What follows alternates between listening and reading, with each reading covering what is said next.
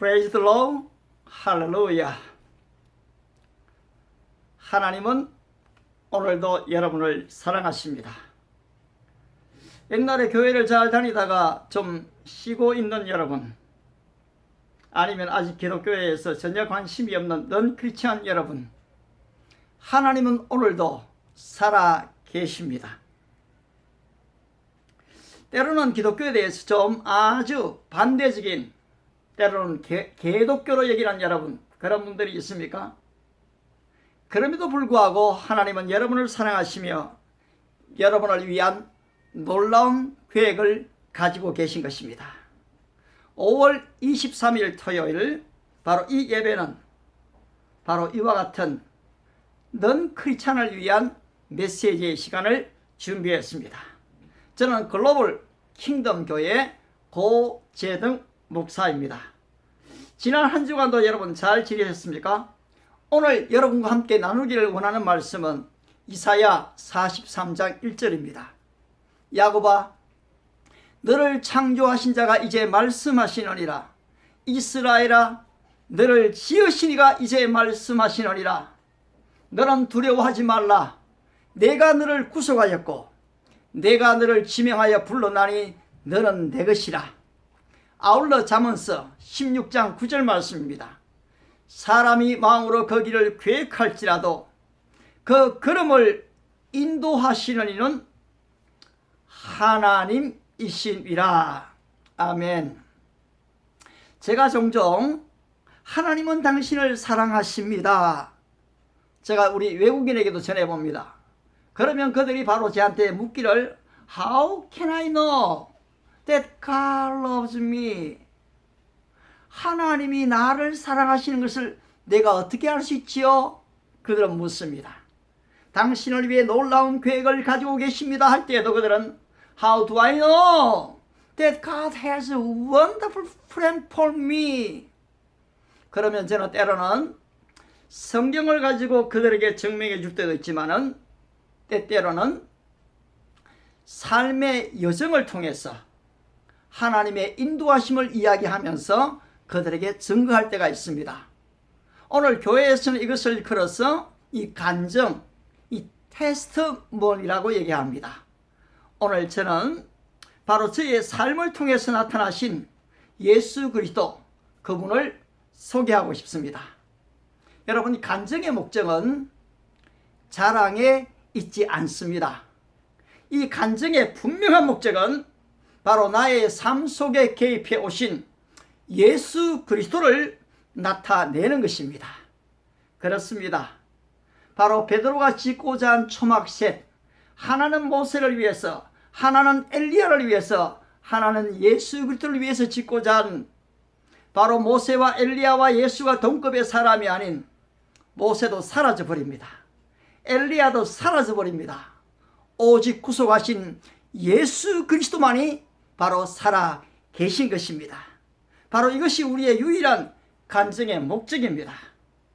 제 삶의 여정을 통해서 하나님께서 정말로 일하셨던 이 예수 그리스도의 이야기를 오늘 여러분과 함께 나누고 싶은 것입니다. 오늘 저는 제목을 그렇게 잡았습니다. 개천에서 용 났네라는 제목을 좀 잡아봤습니다. 여러분, 개천에서도 용이 날 수가 있겠습니까? 그렇습니다. 저는 사실 이러한 제목의 용이라고 말할 만한 그런 성공적인 삶을 살지를 못했습니다. 그런데 제가 오늘 이러한 제목을 잡은 이유는 대구 판자촌에서 살다가 그래도 지금 서울에 있는 이 아파트에서 산다는 의미에서 제 입장에서 그렇습니다. 아울러 중학교 인문계 시험을 떨어지고 고등학교 학력고사도 실패했던 제가 그래도 사실 저는 대학을 7번 떨어졌거든요. 그랬던 제가 이 대학에서 4년 동안 장학금을 받고 그러면서 지금 이제는 그래도 여러분 서울대 참 똑똑한 친구들이 오지 않습니까? 그들에게 또 설교하고 특별히 아프리카, 유럽 전 세계에서 온 유학생들에게 못하는 영어지만 영어로 설교를 한다는 의미에서 개천에서 용이 났다는 것입니다. 사실 저는 공부로 이야기하면 말할 것이 없는 사람입니다. 그런데 하나님의 은혜로 지금 그런 자리에 들어갔고요. 아울러 사실 이 개척교회 목사, 작은 교회 목사들이 해외 한번 나가기가 어렵습니다. 그런데 사실 저는 지금 전 세계로 자유롭게 좀 다닐 수 있는 특권이 있습니다. 최근에도 미국을 몇 번 왔다 갔다 했습니다만은 사실 150만 원, 200만 원, 지금 코로나 바이러스에 300만 원씩으로는 다닐 수가 없습니다. 근데 저는 사실 한 20만 원이면 왔다 갔다 하게 되거든요. 이런 측면에서 보잘것없는 사람이 세계를 다닐 수 있다는 바로 이거에 대한 바로 용이 났다, 그렇게 한번 표현을 해본 것입니다. 오늘 이 시대는 더 이상 개천에서 용이 나기가 어려운 시대이지요. 실제 그런 시대인 것 같습니다. 이 자본주의의 발달은 더욱더 이 빈익빈 부익부를 지금 만들어내고 있습니다. 저의 사위가 지금 항공사에 있는 이 파일럿인데요. 월급이 좀 적지 않지 않습니까? 그런데 한 번씩 만나면은 장인어른 앞으로 좀 집 한 채 사기가 참 어렵습니다, 그런 하소연을 합니다. 여러분, 파일럿 적지 않은 월급을 받는 바로 그런 파일럿이 그렇게 말한다면은 오늘 일반 직장에서 매달 월급을 받고 사는 사람이 어떻게 집 한 채 살려는 그런 희망을 가질 수가 있겠습니까? 부모님이 남겨주신 그런 재산이 없다라면은 참 이것은 앞으로 어려운 것 같습니다. 그런데 말입니다, 하나님께서 우리의 인생에 개입해 오신다면은 지금도 여전히 개천에서 용이 날 수가 있습니다.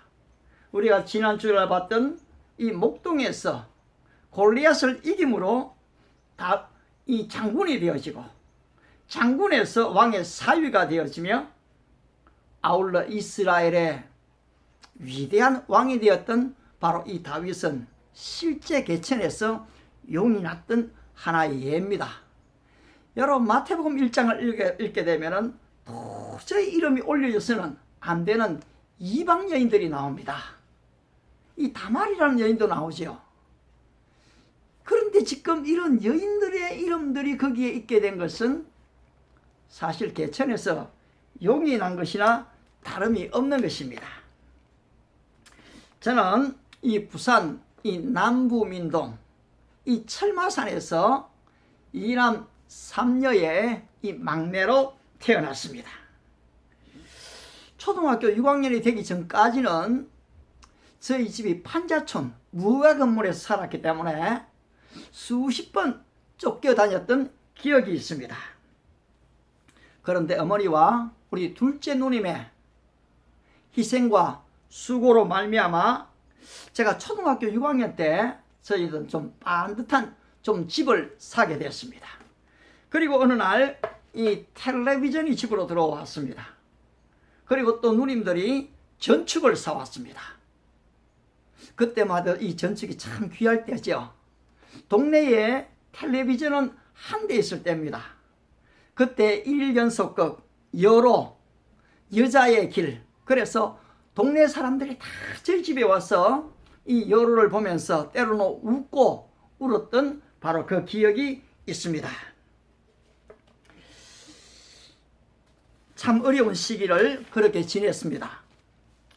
그런데 그때 당시에 제가 생각나는 또 한 가지는 저희가 그 새 집을 지어 이사를 갔을 때에 일꾼들이 이 타일을 붙이고 있었습니다. 그런데 어린 마음에 저기에 타일에 빨간색이 있는데 저 빨간색의 타일을 저 십자가 앞에 좀 딱 붙이면은 십자가로 딱 지금 요렇게 좀 이게 넘어졌네요. 이 십자가로 이렇게 딱 붙이면은 좀 하나님께서 우리 가정과 좀 함께 할 것 같은 그런 느낌이 들었습니다.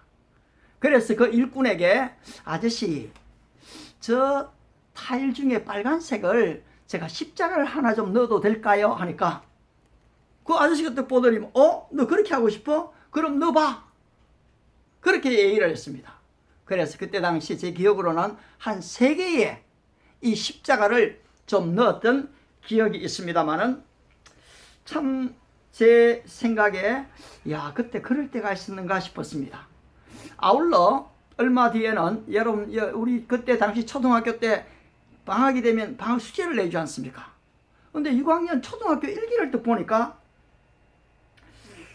하나님 아버지 우리 집은 너무 가난합니다.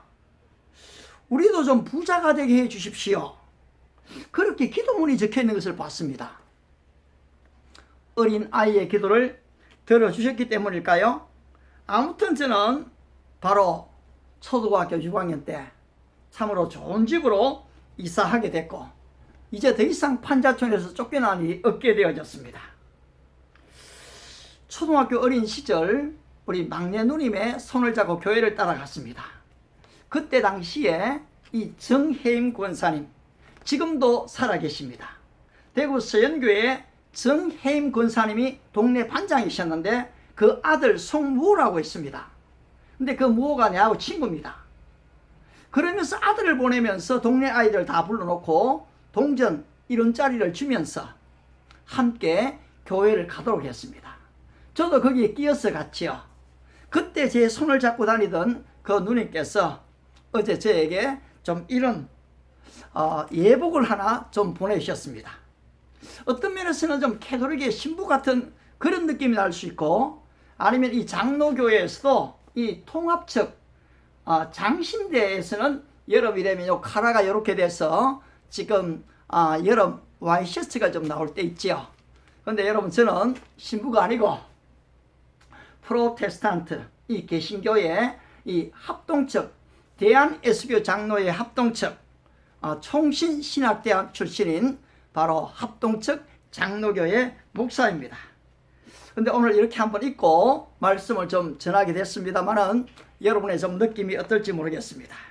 아무튼 그때 그분이 불러놓고 교회를 다 보내었는데 저는 말씀을 듣고 난 뒤에 1원짜리 동전을 내면서도 왜 교회가 돈을 받지? 그런 생각을 했습니다. 아울러 당시 계시던 최태군 목사님의 설교가 다윗과 골리앗의 얘기가 정말 재미있었습니다. 그러면서 좀 이렇게 돈을 낼 만한 가치가 있어 하고서 이 교회를 다녔습니다. 판자촌 집이 철거되어져서 한때는 우리가 좀 거기에서 한 살이 떨어져 있는 이 성서 쪽에 이사를 갈 때가 있었습니다. 그런데 아버님은 돈이 없습니다. 계약금도 없지요. 차에다가 지금 이삿짐을 실었습니다. 그리고 무작정 갑니다. 그런데 도착하니까요 어떤 아주 좋은 집이 있는데 거기에 보니까 X자로 나무로 딱 해갖고 못 들어가게 이 못을 박아놨어요. 그런데 저희 아버님이 그 못을 다 떼버립니다. 그리고 문을 여십니다. 집으로 들어갑니다. 짐을 내려놓습니다. 이 소문을 듣고서 집주인이 허겁지겁 달려왔습니다. 그리고 큰 소리를 치지요. 아니 당신 말이야 남의 집에 왜 이렇게 지금 왔느냐고 아버님이 묻습니다. 바로 이 집을 왜 지으셨지요? 주인이 말하기를 아니 우리가 살기 위해서 지었죠. 그 말씀 잘 잘하셨습니다. 우리가 살기 위해서 여기에 왔습니다. 주인이 화가 나지요. 아니 그러면은 내 허락을 받아야지요. 그러니까 아버님이 그렇다라면은 바로 이 집이 얼마입니까? 그때 묻습니다. 그러면 얼마다라고 얘기합니다. 그래요? 그러면 내가 언제까지 바로 그 금액을 드리겠습니다. 그리고 사셨습니다. 참 배짱이 좀 대단하셨던 이 아버지 같습니다.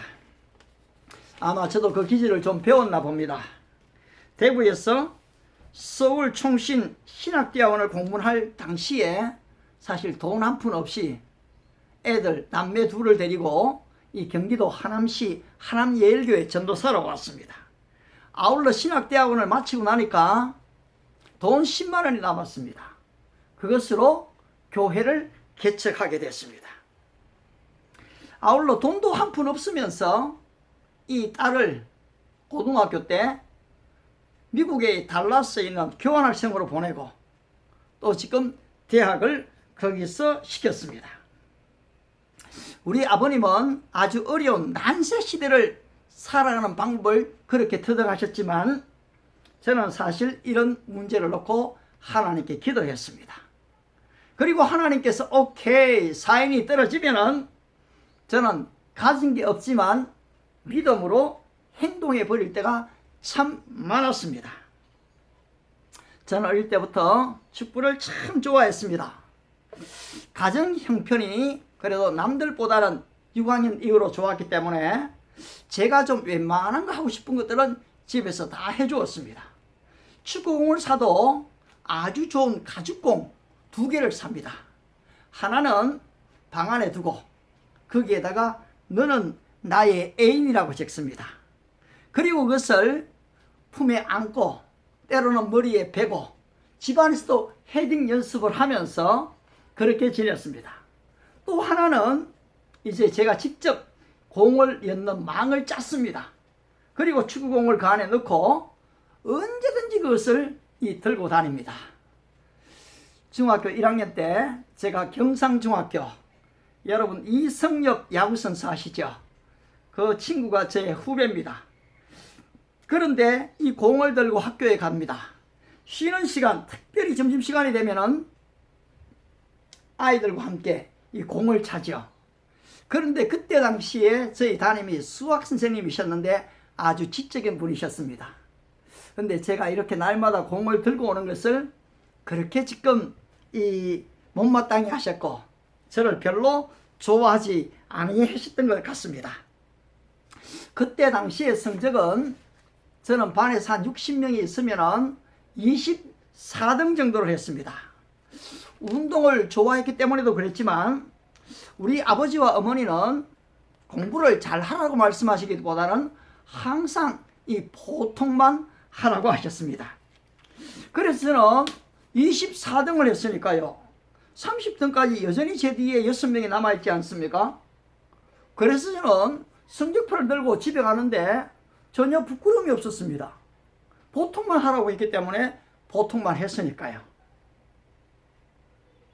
그런데 중학교 3학년이 되니까 보통만 해서 보통만 했는데 어떻게 된 건지 이 고등학교 그때 당시가 뺑뺑이였거든요. 그 인문계 시험에 떨어져 버렸습니다. 아니 내 친구들은 다 그리러 갔는데 저는 어쩔 수 없이 경신상업고등학교, 지금으로 얘기하면 여러분 이 지방에서는 서울대학교를 제일 많이 보내는 학교로 유명한 학교입니다. 그런데 그때 당시에는 경신상업고등학교, 아마 우리 이전에는 경신상업학교였습니다. 그런 학교에 들어갔는데 참 제 인생에 크나큰 자존감이 구겨졌습니다. 그리고 아울러 열등감이 굉장했습니다. 또 그 학교를 들어가게 된 이유 중에 하나는 거기 축구부 모집이 있었거든요. 저는 당시에 내가 축구 선수만 될 수 있다면 저는 모든 것을 희생할 각오가 되어 있었습니다. 그런데 가서 축구부에 들어가 보니까 여러분 이것은 고등학교의 팀이 아니고 그냥 동네 축구였습니다. 그래서 어쩔 수 없이 축구 선수의 꿈을 접어버렸습니다. 그리고 한번 공부에 올인해보자 하고 공부를 좀 해봤어요. 그랬더니만 여러분 성적이 또 좀 오르더라고요. 그래서 야 이거 좀 되는가 이래 싶었지만은 여러분 이 참 인생의 길이 묘합니다. 저희 누님이 그래도 조금 얼굴이 잘생겼거든요. 3분 누님이 계시는데 둘째 누님이 하루는 좀 차를 마시러 갔는데 여러분 우리나라에 이 축구 스타 이혜택이 있습니다.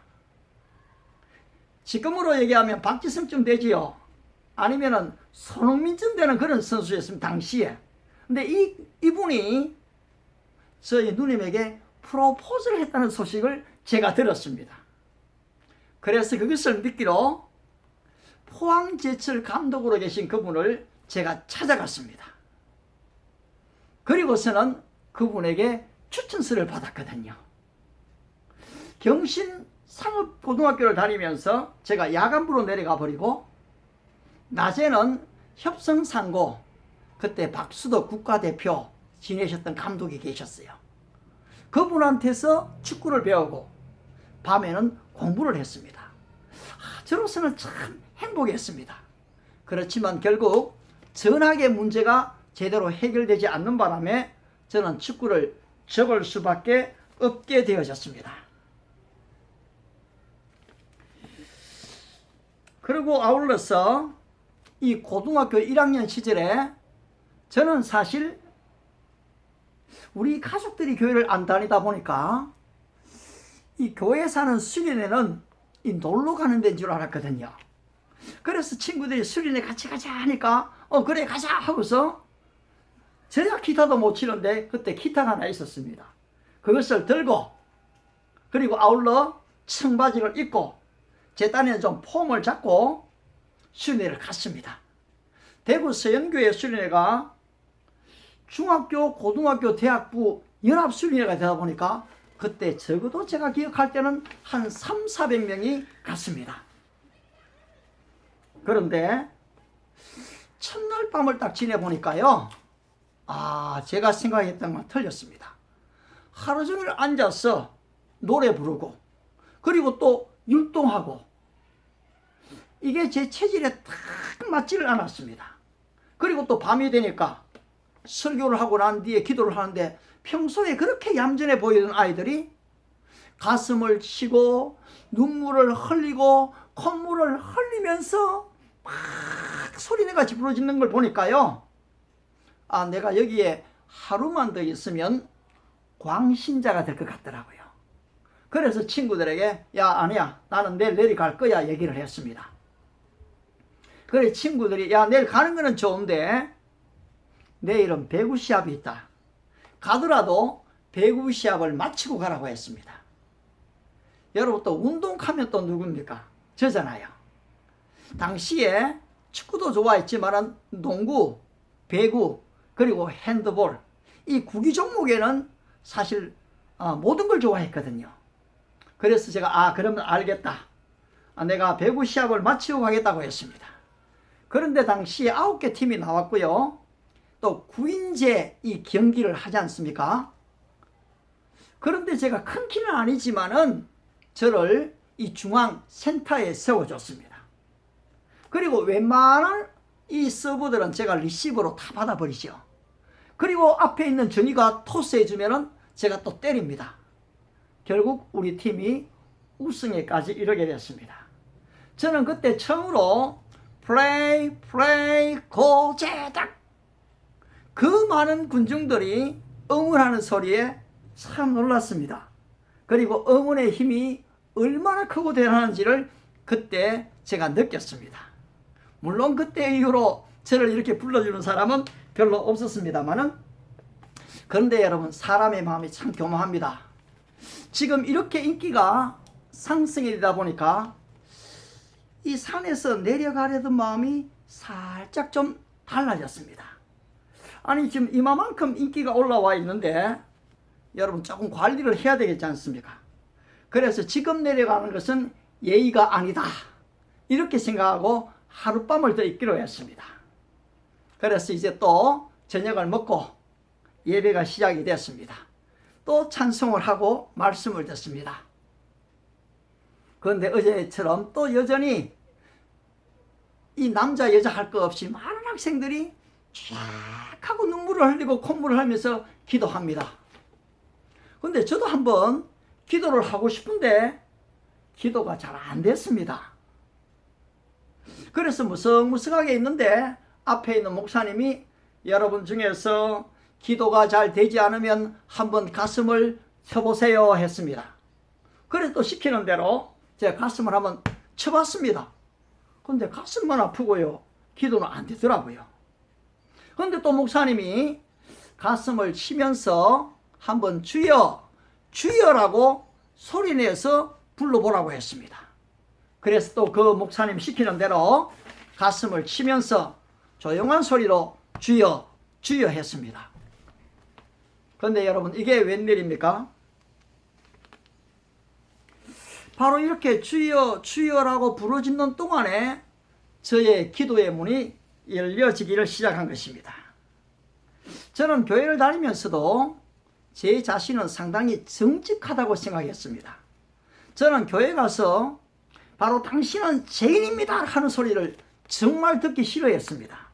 왜냐하면 저는 사실 남자로서 여자들을 괴롭혀 본 적이 별로 없고 이 부모님을 속이거나 이 거짓말한 적이 별로 없었거든요.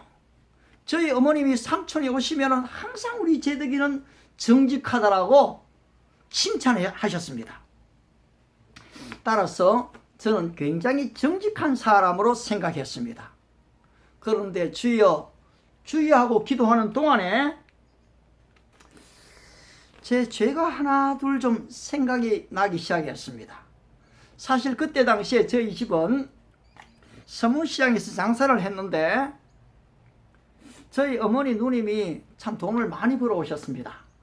그리고 다락방 2층에다가 저금통을 두고서 거기다가 돈을 1,000원, 5,000원, 10,000원 상당히 거기에 이 저축을 하셨어요. 근데 어느 날 보니까 그게 돈이 있더라고요. 그런데 손을 딱 넣어보니까 1,000원짜리가 잡혀지고 이 5,000원짜리가 잡혀지는 거예요. 아하, 이렇게 많은 돈이 있는데 내가 하나 들고 가도 모르겠더라고요. 그래서 저는 1,000원짜리를 때로는 5,000원짜리를 내서 여러분 서문시장 뒤쪽에 가면 달성공원이 있고 거기에는 이 도서관이 있습니다. 도서관에 공부하러 갑니다 핑계를 대면서 거리로 가다 보면은 여러분 야바이꾼들이 있거든요. 제가 보니까 미국 뉴욕에 가도 거기 시내 안에 야바이꾼들이 있더라고요. 그때 당시에 이 카드를 딱 놓고서 맞추면은 100원 내면 500원을 받습니다. 또 아울러 팽이를 팽 돌려서 그 번호가 맞춰지면은 100원 넣은 사람은 500원을 받지요. 5배를 받으니까 얼마나 기분이 좋습니까? 그래서 거기에 좀 빠졌습니다. 때로는 좀 딸 때도 있었지만 사실은 대부분 읽게 되죠. 그렇게 그 재밌게 지나면서도 저는 제 스스로가 한 번도 죄인이라고 별로 여겨본 적이 없고요. 집에서 그걸 아는지 모르는지 한 번도 제가 꾸중을 들은 일이 없었습니다. 그리고 저는 제 스스로 정직하다라고 생각하는 것입니다. 그런데 지금 주여 주여 하는데 그런 죄들이 주마등처럼 보여지기를 했습니다. 아울러서 사춘기 시대를 지나고 있지 않습니까? 그러다 보니까 성에 대해서 또 눈을 뜰 때가 있지요. 저희 누님이 세 분이 있으니까 선대의 서울, 지금으로 얘기하면 19금이죠. 그런데 그것이 늘 열려져 있습니다. 아주 자연스럽게 좀 보게 되지요. 그러면서 여러분 이런저런 별로 윤리에 도움이 되지 않는 그런 죄들을 범했지만은 저는 그다지 죄인이라고 생각해 본 적이 없었지요. 그런데 그런 죄들이 주마등처럼 지나가면서 저는 눈물을 흘렸습니다. 콧물을 흘렸습니다. 그리고 얼마나 시간이 지났을까요? 소리내서 그 모든 죄들을 고백하고 나 같은 죄인을 위해서 죽으신 그 십자가의 주님을 바라보게 됐습니다. 그 은혜가 제 심령 깊은 곳으로 찾아왔습니다. 따라서 이것이 저의 터닝 포인트, 야곱이 변하여 이스라엘이 되는 그런 이 변화의 터닝 포인트 전환점이 저에게 주어졌던 것입니다. 제 영혼의 눈이 열려졌습니다. 날마다 기뻐티며 찬송이 흘러나왔습니다. 아, 예수님을 믿는다는 게 이런 것이구나 하고 깨달아졌습니다. 그 이후에 저는 성경을 읽기를 시작했습니다. 고등학교 2학년 때부터는 아예 이 신구약 성경책을 가방 안에 공부는 별로 하지도 않으면서 여러분 사전도 이어다니는데 성경책을 못 넣을 이유가 없었습니다. 따라서 성경책을 그 안에 넣고 학교에 가서 쉬는 시간이 되면은 점심시간이 되면은 성경을 읽기를 시작했습니다. 이것은 어떻게 보면 제 의지가 아니었습니다. 나는 나도 모르는 사이에 하나님의 사랑의 포로가 되기를 시작했습니다. 예수님의 말씀에 사로잡히기를 시작했습니다. 성령님의 능력에 좀 메인바되어지는 경험을 하게 됩니다. 그리고선 학교에 있는 친구들을 하나님의 교회 이 고등부로 전도하기를 시작했습니다. 늦게 좀 정신을 차리고 공부를 좀 해보려고 했지만은 여러분 잘 되지를 않았습니다. 중학교 때 이미 인수분해를 놓쳐버렸거든요. 고등학생이 됐지만은 겨우 영어 발음 기호 기억하고 좀 읽을 정도밖에 안 되지 않습니까? 그런데 아까번에 잠깐 얘기했지만은 이 고등학교 2학년 중반 무렵에 또다시금 이회택 감독을 찾아가는 이 축구 선수의 이 발동이 걸린 겁니다. 그래서 결국은 또 이것을 포기했지만은 여러분 이게 좀 제대로 되질 않았습니다. 아울러 고등학교를 졸업하고 재수 삼수를 합니다. 그 와중에도 새벽 기도를 열심히 다녔습니다. 주일 집회 정말 열심히 했습니다. 새벽 4시, 5시부터 밤 11시까지는 정말로 다윗이 고백한 그대로 내가 여호와의 집에 영원히 거하리로다 고백한 것처럼 하나 집에 있는 것이 그렇게 행복했습니다. 그런데 여러분 이렇게 지금 하나님의 교회에 하루 종일 있다고 내 삶이 그렇게 바뀌는 것은 아닙니다. 분명 이 믿음은 들어오지요. 따라서 저는 새벽 기도에 열심히 가면서 카드에 그냥 듣지를 않았습니다. 이 필기 도구를 가지고 노트를 들고 열심히 적었습니다. 그때 당시에 또 안희숙 여사, 이 살아있는 순교자 이런 분들이 저희 대구 시연교회로 간증을 오십니다. 바로 그러면 또 대구 지역에 있는 모든 교회가 또 말씀 사모하니까 오지요. 은혜의 간증을 들었습니다.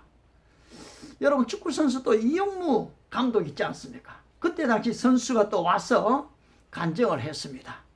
이천수 목사님의 간증이 있었지요. 정말 참 은혜의 시간들을 보내게 됩니다. 그런데 그렇게 지금 은혜를 많이 받지만 대학교 시험만 치면 떨어지게 됩니다.